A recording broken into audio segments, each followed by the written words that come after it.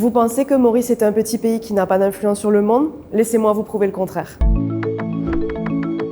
Ce que beaucoup de gens ne savent pas, c'est que le territoire mauricien n'est pas seulement constitué de ses terres, mais aussi de ses mers. Maurice, en réalité, c'est 99,9% de territoire maritime.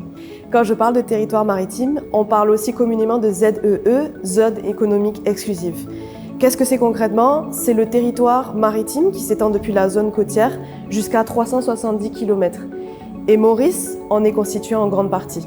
La raison pour laquelle Maurice possède une si grande ZEE, c'est grâce à toutes les îles qu'elle possède. Donc Agaléga, Rodrigue qu'on connaît très bien, Saint-Brandon aussi et enfin les Chagos. L'État possède les pleins droits sur sa zone économique exclusive.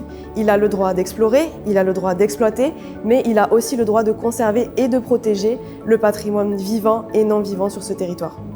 Effectivement, si on ne compte que la surface terrestre, l'île Maurice fait partie d'un des plus petits États au monde. Mais si on inclut sa surface maritime à la surface totale, là on est propulsé dans le top 50 des États les plus grands. Et même plus, si on ne comprend que la surface maritime, on est dans le top 10 des plus grandes surfaces maritimes au monde.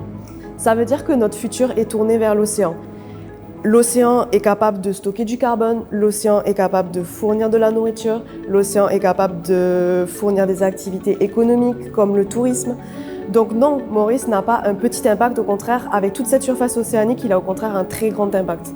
Et certains territoires de Maurice sont très riches en biodiversité et sont considérés comme des biodiversity hotspots, c'est-à-dire des endroits où la biodiversité est encore plus riche qu'ailleurs. Et ces endroits-là rendent des services à l'humanité, ce qu'on appelle les services écosystémiques.